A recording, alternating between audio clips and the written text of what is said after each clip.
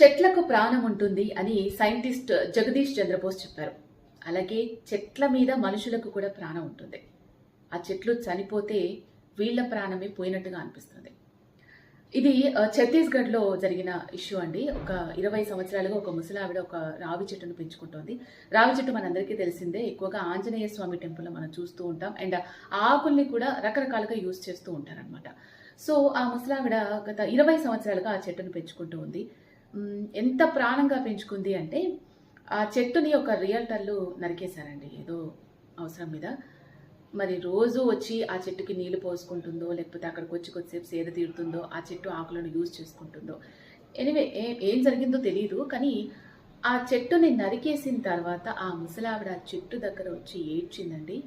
ఎంతలా అంటే మన ఇంట్లో మనకు బాగా కావలసిన వాళ్ళు చనిపోతే ఎలా ఏడుస్తామో అంతకంటే ఎక్కువగానే ఏడ్చిందని చెప్పుకోవచ్చు. ఆ చెట్టుని పట్టుకొని చాలా ఎంతమంది ఆపినా కూడా ఆగలేదనమాట. ఏడుస్తూనే ఉంది, ఏడుస్తూనే ఉంది, ఏడుస్తూనే ఉంది.